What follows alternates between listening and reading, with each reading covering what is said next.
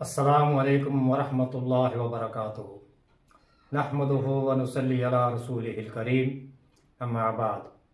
मैं हूँ यामिन मलिक और आप देख रहे हैं मेरा यूट्यूब चैनल फहमो अमल। चैनल को सब्सक्राइब, लाइक और शेयर भी करें और बेल आइकन का बटन भी दबा दें। आज से हम इंशाअल्लाह कुरानी अल्फाज का आसान तर्ज पर लफ्ज़ के मादा यानी रूट वर्ड के हवाले से मतलब समझकर कुरानी आयात का मफ़हूम समझने की कोशिश करेंगे।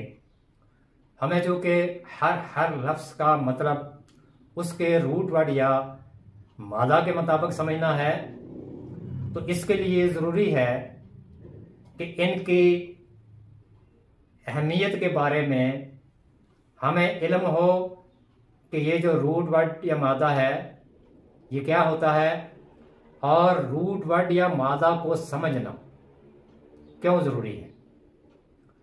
इसके लिए मैं आपके सामने दो मिसालें रखूँगा और हम पूरी कोशिश करेंगे कि इन दो मिसालों की मदद से रूट वर्ड या मादा की अहमियत अच्छी तरह से ज़हन नशीन कर लें। हम ये जान लें कि रूट वर्ड या मादा क्यों कर समझना ज़रूरी है। इसके लिए सबसे पहली मिसाल मैं आपके सामने रखूँगा कि हम ज़मीन के अंदर कोई बीज या गुठली दबाते हैं, फिर उस बीज या गुठली से एक जड़ निकलती है जो ज़मीन के अंदर फैल जाती है। वो ज़मीन से पानी और खुराक लेती है। फिर इसी जड़ से एक छोटी सी कुंपल फूटती है जो ज़मीन को फाड़ के ऊपर की तरफ आती है, और फिर वो कुंपल जो है वो आहिस्ता आहिस्ता बढ़ती है, उसकी नशोनमा होती है, आहिस्ता आहिस्ता वो पौधा बनती है। फिर वो पौधा बड़ा होता जाता है, फिर एक बड़े तने की शक्ल इख्तियार करता है। फिर उस तने के साथ शाखें भी निकलती हैं, कोई छोटी होती है, कोई बड़ी होती है। फिर उन शाखों के साथ पत्ते निकलते हैं। फिर बाज़ दरख्त ऐसे होते हैं जिनके साथ फल भी लगते हैं। तो ये जो पूरे का पूरा दरख्त है, इस पूरे दरख्त की जो असल है वो ये जड़ है जहां से इस दरख्त की कुंबल फूटी थी। यानी इस दरख्त की जो असल है वो ये जड़ है। हम किसी टहनी को इस जड़ से हटकर कोई निस्बत नहीं दे सकते। हम ये नहीं कहते कि फलां जो टहनी है उसकी जड़ कोई और है, बल्कि इस पूरे दरख्त की जो असल है वो यही जड़ है जहां से ये दरख्त निकला है। यानी पूरे दरख्त को इस जड़ से ही निस्बत दी जा सकती है। इससे हट के दरख्त के किसी हिस्से को भी किसी और जड़ से निस्बत नहीं दी जा सकती। इसी तरह से हम एक और मिसाल लेते हैं। मसलन एक माँ है जिसका हम फर्जी तौर पे नाम रखते हैं जमीला, यानी उस माँ का नाम जमीला है। इस जमीला ने औलाद को जन्म दिया है।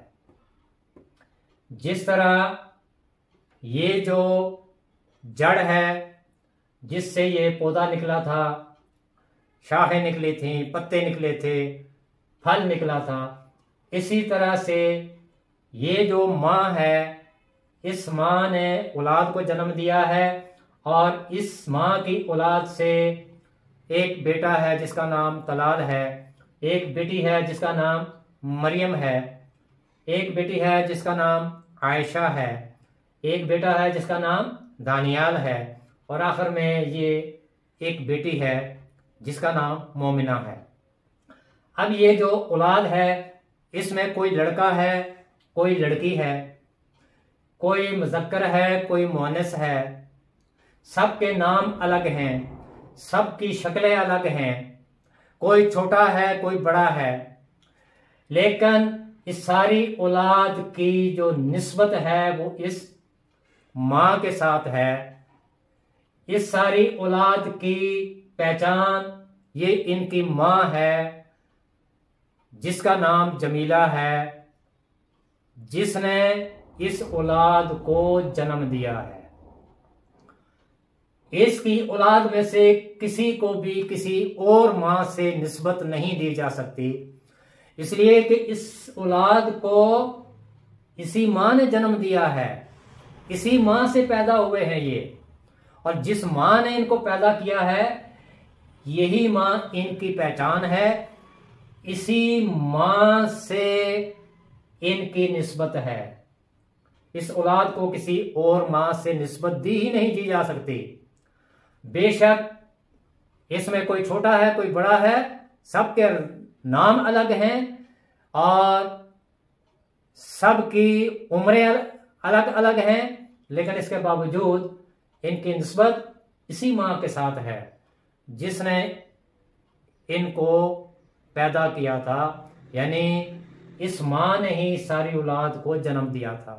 ये पहचान है इस सारी औलाद की। अब इन दो मिसालों को सामने रखते हैं और हम एक कुरानी लफ्ज लेते हैं, उसका रूट वर्ड या मादा लेते हैं और फिर हम समझने की कोशिश करते हैं कि रूट वर्ड या मादा की अहमियत क्या है, इसको समझना क्यों जरूरी है। क्योंकि अगर हमें रूट वर्ड या मादा की समझ नहीं होगी तो हम कुरानी अल्फाज को सही तरह से उनका मफहूम अखज़ नहीं कर सकते, हमें उसका मफहूम सही तरह से समझ में नहीं आ सकता। तो इसके लिए एक लफ्ज मैं आपके सामने रखता हूं, मसलन ये है अल आलमीन। अल आलमीन में ये पहला जो लफ्ज है हमजा ज़बर लाम अल है, और अल का मतलब होता है खास, और आखिर में ये आपने देखा कि या नून है, या नून और वाव नून ये कुरान में किसी लफ्ज के आखिर में हो तो इसका मतलब होता है कि ये दो या दो से ज्यादा का मफहूम दे रहा है, यानी इसमें जमा का मफहूम पाया जाता है। और दरमियान में ये लफ्ज है आलम। आलम इसका जो रूट वर्ड है वो है आइन लाम और मीम। ये जो आइन लाम और मीम है ये इस लफ्ज का रूट वर्ड है, मादा है, मां है, असल लफ्ज है। यानी इसी असल लफ्ज से ये जो आइन लाम मीम लिखा हुआ है इसी लफ्ज से कई और लफ्ज भी बन सकते हैं। जिस तरह ये अल आलमीन है तो इस रूट वर्ड के साथ और भी बहुत से लफ्ज बन सकते हैं, लेकिन उनकी निस्बत सबकी इसी असल लफ्ज के साथ होगी जिस जो असल रूट वर्ड है आइन लाम मीम। और ये जो आइन लाम और मीम अलग अलग लिखा हुआ है, किसी भी लफ्ज का जो रूट वर्ड है उसको लिखने का तरीका यही है। इसी से समझ आता है कि ये किसी लफ्ज का रूट वर्ड या मादा है या असल लफ्ज है, आइन लाम मीम। तो इस असल लफ्ज से कई और लफ्ज भी बन सकते हैं। जैसे आपके सामने ये मिसालें हैं जो मैं आपके सामने रखता हूं। मसलन ये लफ्ज है अलीमुन। अलीमुन का मतलब होता है बहुत ज्यादा जानने वाला, और ये अल्लाह ताला की एक सिफत भी है अल अलीम। अल अलीम यानी बहुत ज्यादा जानने वाला। तो अलीमुन में जो असल रूट वर्ड है वो मौजूद है।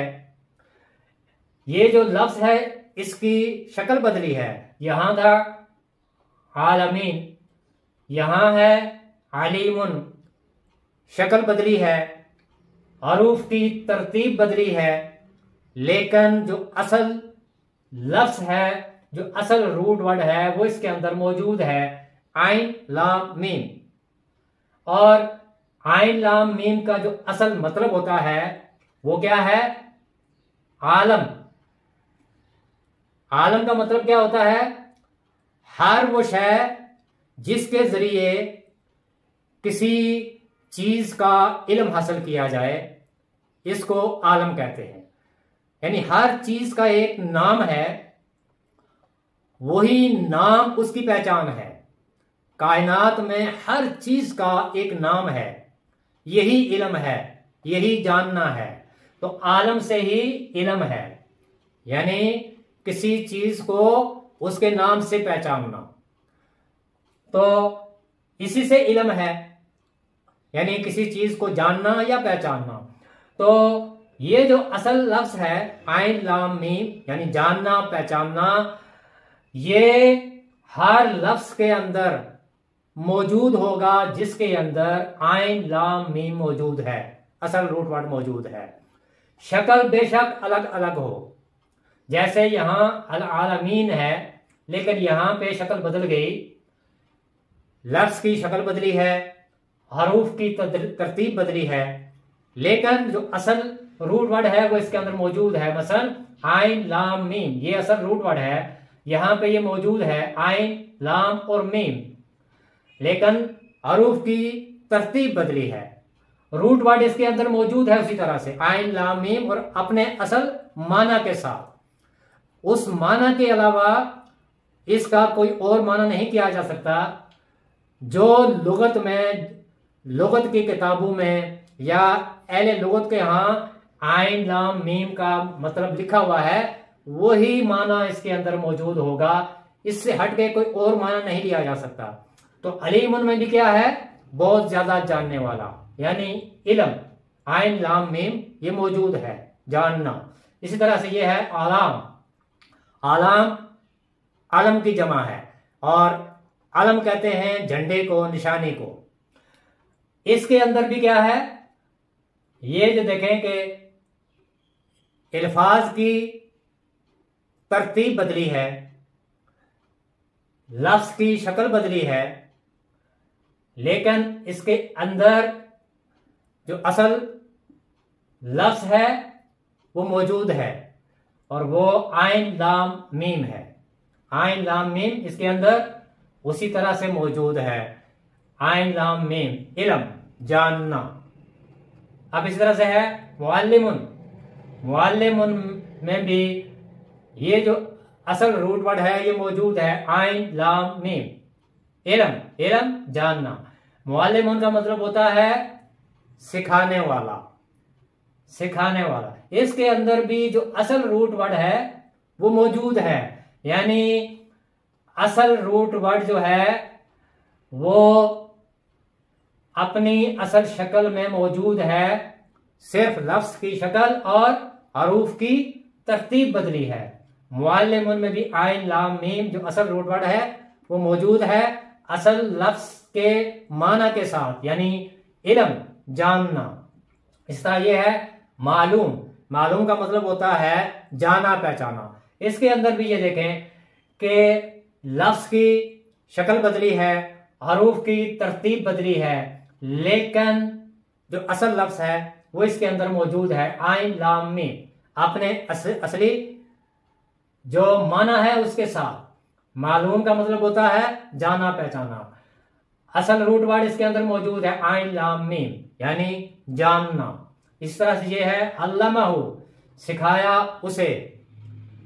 अब यहां पर भी जो असल रूट वर्ड है वो इसके अंदर मौजूद है, लफ्ज की शक्ल बदली है, हरूफ की तरतीब बदली है, लेकिन जो असल माना है असल रूट वर्ड के साथ वो इसके अंदर मौजूद है, आइन लाम मीम, जानना, जो असल लफ्ज है, आइन लाम मीम, इल्म, जानना। इसी तरह से ये है यालमून। यालमून में भी जो असल रूट वर्ड है, असल लफ्ज है, जो मादा है वो मौजूद है, आइन लाम मीम, ये मौजूद है। लफ्ज की शक्ल बदली है, हरूफ की तरतीब बदली है। यालमून, यालमून वो जानते हैं, यालमून वो जानते हैं। अब इसमें भी जो असल लफ्ज है, असल माना के साथ वो मौजूद है। आइन लाम मीम, इल्म जानना, यालमूना वो जानते हैं। इस तरह ये है उलमा बहुत ज्यादा जानने वाले। उलमा आलम को कहते हैं, यानी जिसके पास ज्यादा इल्म हो। इसमें भी जो रूट वर्ड है वो असल रूट वर्ड मौजूद है। आइन लाम मीम, इल्म जानना, यानी इसके अंदर भी वो असल माना मौजूद है, असल रूट वर्ड मौजूद है अपने असल माना के साथ, यानी जानना। ये सिर्फ हरूफ की तरतीब बदली है। यहां आइन लाम और मीम ये मौजूद हैं, यानी रूट असल रूट वर्ड मौजूद है। तो ये जितनी भी मैंने मिसालें आपके सामने रखी हैं, इनकी मिसाल भी उसी तरह से उस जड़ की तरह है या उस मां की तरह है।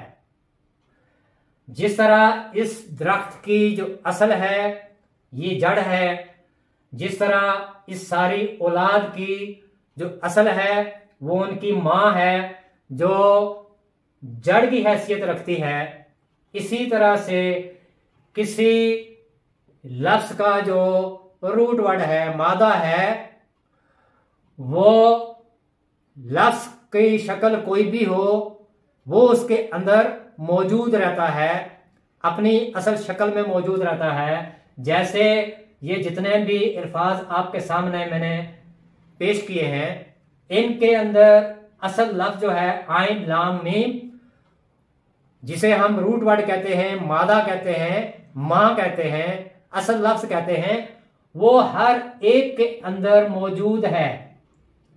फर्क क्या है?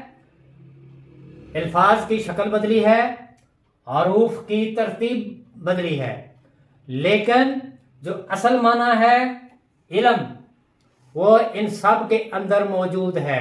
यानी इन सब के अंदर जो असल माना इल्म है वो मौजूद है, उससे हट के कोई माना नहीं लिया जा सकता। इसलिए जब इस रूट वर्ड के साथ किसी तरह का कोई लफ्ज भी आएगा, अगर उसके अंदर ये असल रूट वर्ड मौजूद है तो उसकी शक्ल कोई भी हो, हम उसको उसके असल माना के साथ पहचान जाएंगे कि इसका माना इल्म है, जानना है, पहचानना है। इससे हट के इसका कोई और माना नहीं हो सकता। ये रूट वर्ड समझना इंतहाई जरूरी है। इसलिए मैंने खासी कोशिश करके आपको अपनी इस्तेताद के मुताबिक रूट वर्ड या मादा का मफहूम समझाने की कोशिश की है, ताकि हमें कुरान के अल्फाज का जो असल मफहूम है वो हमारे सामने मौजूद रहे, और जब वो असल रूट वर्ड हमारे सामने मौजूद होगा तो लफ्ज किसी शक्ल में भी आ जाए, हम उसको उसके असल रूट वर्ड और उसके माना के साथ उसको पहचान लेंगे और हम उसका माना भी अखज़ कर लेंगे। इससे हमें ये फायदा होगा कि हम कुरान के जो अल्फाज हैं उनको किसी दूसरे की या अपनी मर्जी के मुताबिक माना नहीं दे सकेंगे। उसका माना वही होगा जो लुगत में है, जो अहले लुगत के यहाँ मशहूर है, और जो रूट वर्ड के मुताबिक मौजूद है हम उसका वही माना लेंगे। उस माना से हट के हम इसका कोई और माना नहीं ले सकते। अल्लाह ताला मुझे भी और आपको भी कुरान को और कुरान के अल्फाज को उसके रूट वर्ड के मुताबिक, असल मफहूम के मुताबिक समझने, उस पर अमल पैरा होने और उसको दूसरों तक पहुंचाने की तौफीक अता फरमाए। सुब्हानक अल्लाहुम्मा व बिहम्दिका अशहदु अल्ला इलाहा इल्ला अंता अस्तगफिरुका व अतूबु इलैक। अस्सलामु अलैकुम व रहमतुल्लाहि व बरकातुहू।